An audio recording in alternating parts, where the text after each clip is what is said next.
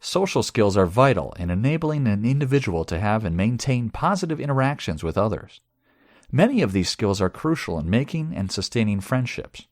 Social interactions do not always run smoothly, and an individual needs to be able to implement appropriate strategies, such as conflict resolution, when difficulties in interactions arise. It is also important for individuals to have empathy, as it allows them to respond to an understanding and caring way to how others are feeling. Children are facing social difficulties with particular risks. Young people who do not have strong relationships with the adults in their family are at even more risk. An experiment in high school, which lasted for 8 to 12 weeks, the students were told to be a movie director and to choose their own story structure. The students worked with each other, which involved lots of different skills and social interactivity. The movies they had made were actually cool. Then, the researchers tested the intervention effect, finding this can improve their self-regulation, and they found this can improve their self-regulation and critical thinking skills.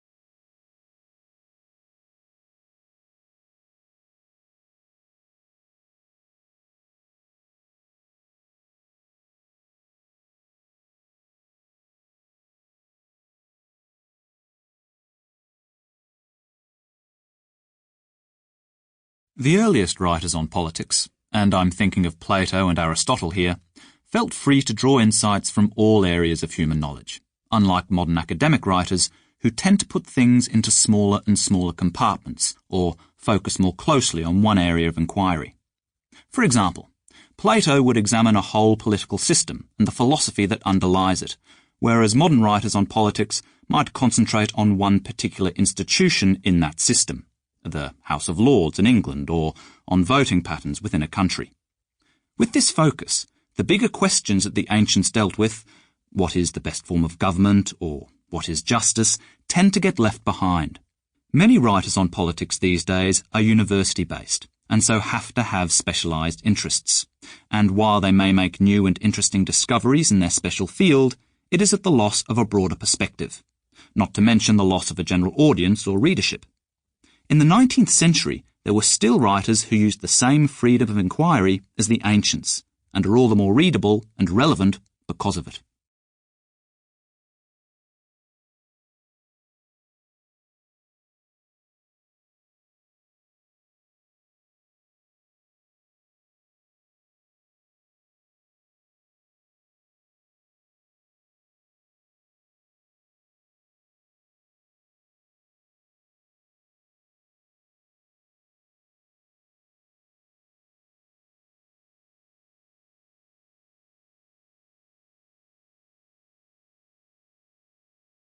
To be honest, the biggest problem for most undergraduate students in terms of academic writing is not only adapting to a far more structured and formal style, but also learning how to ascertain the difference between important, valid information and unnecessary or even irrelevant material.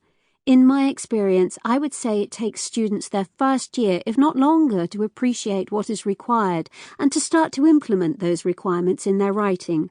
What they really should be doing, if they are struggling with written assignments, is to seek help from the excellent support services which are available at the university.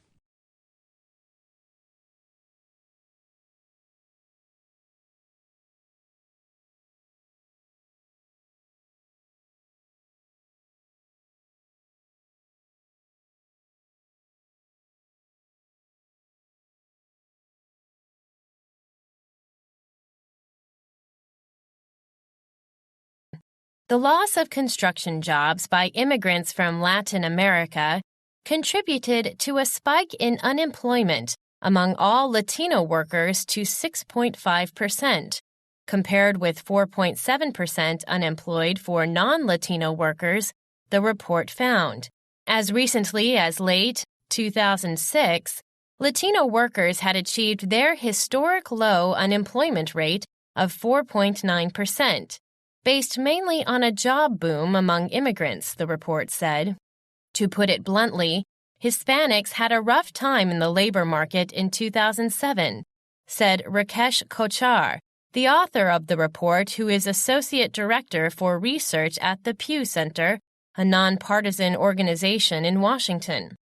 Job loss was particularly severe for Mexican immigrants, whose unemployment rate rose to 8.4%. From 5.5% in 2007, the report found. Of the 247,000 jobs lost by Latino workers in the construction industry in 2007, workers born in Mexico lost 152,000 jobs, or about 60%. Latino workers make up about 14% of the United States labor force, and about 52% of them are immigrants. The Pew Report, which is based on recent data from the Census and the Bureau of Labor Statistics, does not distinguish between legal and illegal immigrants. The banking credit crisis and a drop in home prices led to an abrupt slowdown in new home building last year. Illegal immigrant workers have been concentrated in construction, accounting for 12% of employment in that industry, according to a Pew study in 2006. Mexicans account for about 55% of more than 11 million illegal immigrants in the United States, the Pew Center has estimated.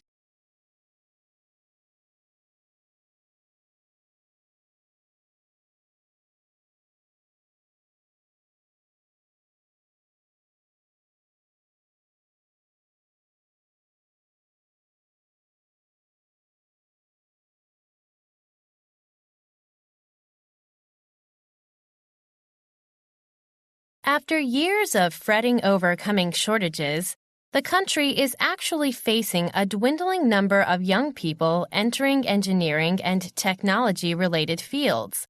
The decline is growing so drastic that industry has begun advertising campaigns intended to make engineering look sexy and cool. And companies are slowly starting to import foreign workers or sending jobs to where the engineers are in Vietnam and India. It was engineering prowess that lifted this nation from post-war defeat to economic superpower. But according to educators, executives, and young Japanese themselves, the young here are behaving more like Americans, choosing better paying fields like finance and medicine, or more purely creative careers like the arts, rather than following their salaryman fathers into the unglamorous world of manufacturing. The problem did not catch Japan by surprise. The first signs of declining interest among the young in science and engineering appeared almost 2 decades ago, after Japan reached first-world living standards. And in recent years, there has been a steady decline in the number of science and engineering students. But only now are Japanese companies starting to feel the real pinch. By one Ministry of International Affairs estimate, the digital technology industry here is already short almost 500,000 engineers. Headhunters have begun poaching engineers mid-career with fat signing bonuses, a predatory practice once unheard of in Japan's less cutthroat version of capitalism. The problem is likely to worsen because Japan has one of the lowest birth rates in the world. Japan is sitting on a demographic time bomb, said Kazuhiro Asakawa, a professor of business at Keio University. An explosion is going to take place. They see it coming, but no one is doing enough about it.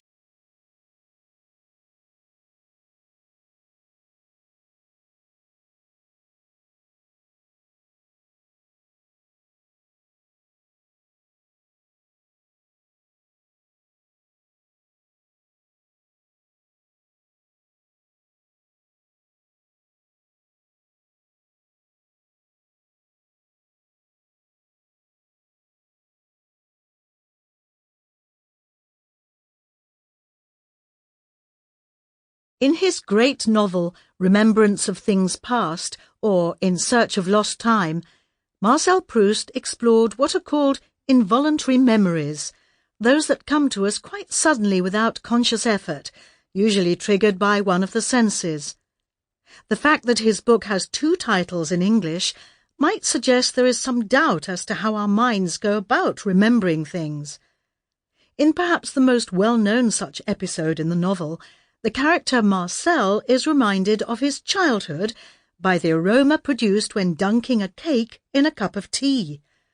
This is not far away from the belief that as we get older, we can remember quite clearly incidents from years ago, but find it hard to remember what we did last week. Proust's insight into memory is certainly true of one way the mind works. But why and how do we remember what we do? Experts believe that we store memories in 3 ways. First, there is the sensory stage, which is to do with perception, and lasts only a fraction of a second, taking in sight, sound, touch, and so on. These first perceptions and sensations are then stored in the short-term memory, which is the second stage. Finally, important information, or information that has been reinforced by, for example, repetition, is then filtered into the long-term memory.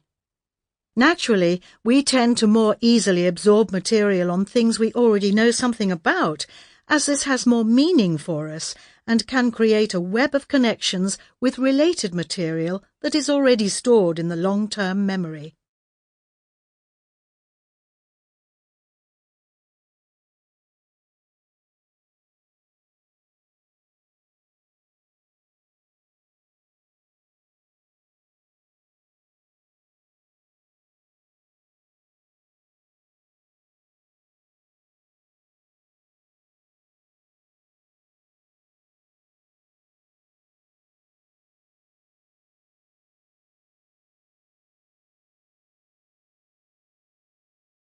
Randall Jarrell, the great American critic and poet, once defined the novel as an extended piece of prose fiction with something wrong with it. Now, nothing is perfect, and you don't have to look very hard to find something wrong, or perhaps just something you don't like, about any work of fiction you care to name. Where, we might ask, does the editor come into this? And is it beneficial to an author to have an editor who is also a novelist? You would think that being a writer themselves, familiar with the process of writing a novel and its demands, they would be able to get inside the head of the author and be sympathetic and understanding of what needs to be done. This is not an unreasonable assumption to make.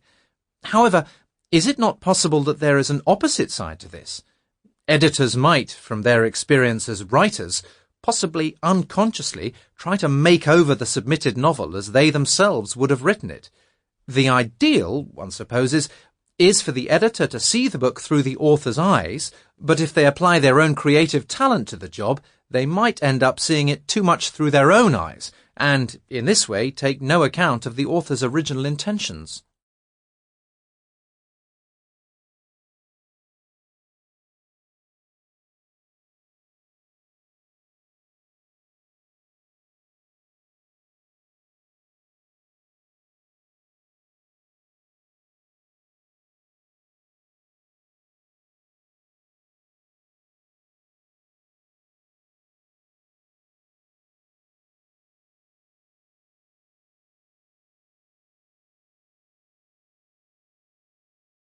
When you first examine something under a microscope, say a leaf from a plant, you're amazed at how much detail there is, and it's detail that you simply cannot see without magnification. And what you can see with the naked eye becomes suddenly huge under the lens. How big everything looks is astonishing, but it's also amazingly intricate. Suddenly, it's as if another world has opened up in front of your eyes, and you think, hey, I hadn't realized that something so small, so tiny, could be so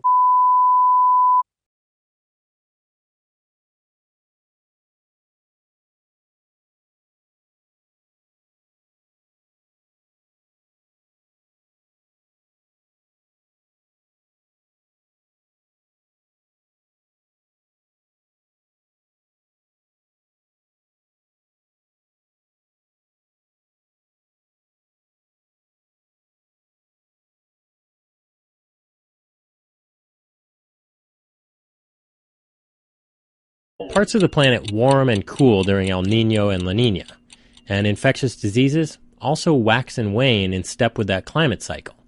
Take malaria, shown to spike in northern Venezuela during cool La Niña conditions, or flu pandemics, which often follow months after La Niña sets in. Now researchers have linked another public health risk to El Niño climate cycling: poisonous viper bites. Their study area was Costa Rica, where health centers keep rigorous records on snake bites. They compared 9 years of those snakebite records, including some 6,500 bites, to climate data over the same period. And they found that snake bites were 2 to 3 times as prevalent in the hottest and coldest years of the El Niño climate cycle. Sounds counterintuitive, right? You might expect the climate extremes to have opposite effects. But the researchers say in hot, dry years, plant productivity peaks, driving an increase in the number of rodents, aka snake food, and potentially increasing the number of snakes. And snakes tend to move around more in hot, dry weather, increasing chances they'll encounter and attack an unlucky farmer. In cold, wet years, on the other hand, prey numbers plummet, forcing snakes to travel beyond their usual slithering grounds to eat, again increasing chances of an unlucky meeting. The study is in the journal Science Advances. The researchers also found 2 more variables that correlate strongly with Costa Ricans' odds of being bit: poverty and destitute housing. A reminder that when it comes to dangers from environmental disruption, it's often the least fortunate who are at the greatest.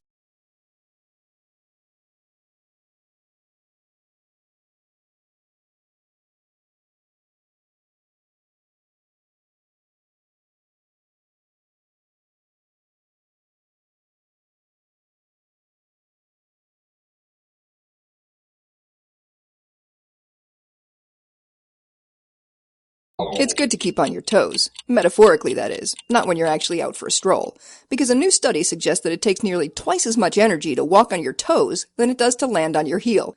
Humans are among a small handful of animals that tend to strut heel to toe. Chimps and other apes do it, as do bears, but most critters bounce on the balls of their feet, think cats and dogs, while others trot on their toes, like horses and deer. To find out whether our gait gives us any advantages, scientists asked 27 volunteers to walk on a treadmill all 3 ways: heel first, ball of the foot first, or up on tippy toes. The participants also wore face masks that enabled the researchers to measure their oxygen consumption. The results? The subjects walking on the balls of their feet, in addition to looking ridiculous, expended 50% more energy. The ones prancing on their toes needed 83% more energy. The study's in the Journal of Experimental Biology. The bottom line, landing on our heels provides more leverage and limits energy losses to the ground, and does not look like a tribute to classic Monty Python.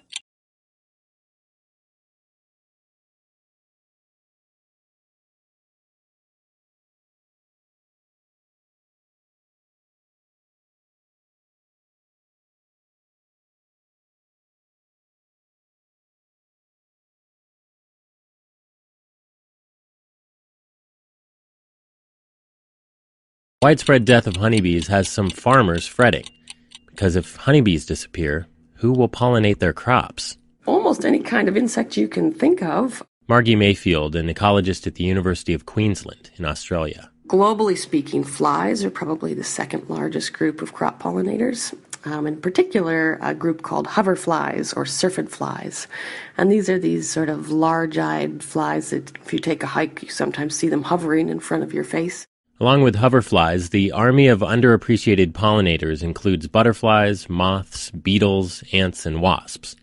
Mayfield and her colleagues analyzed more than 36 studies on pollination, covering 17 crop plants grown on 5 continents.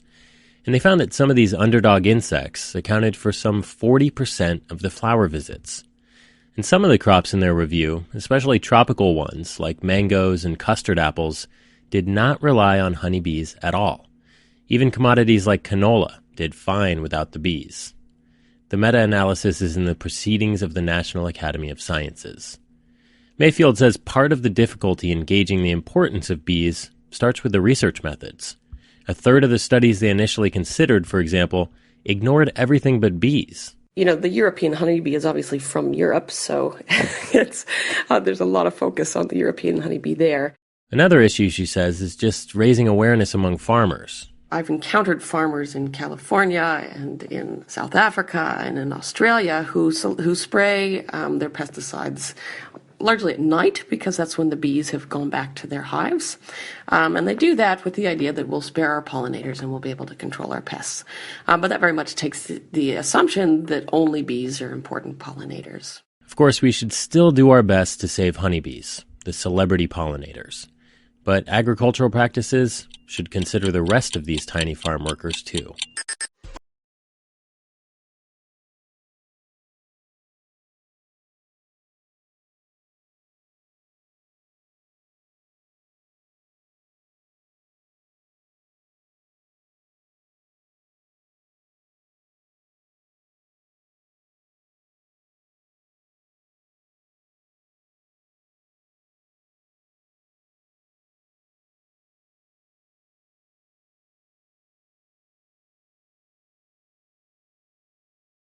Students engaged in research often face the greatest challenge in securing funding.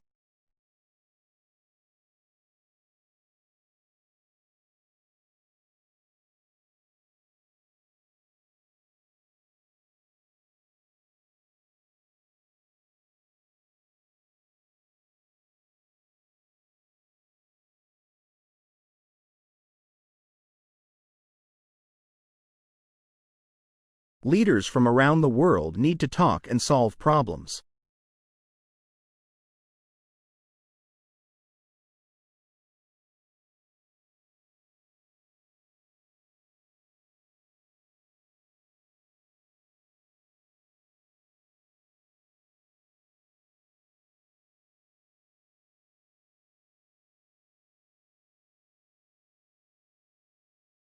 The recommendations weren't supported well by the data we found.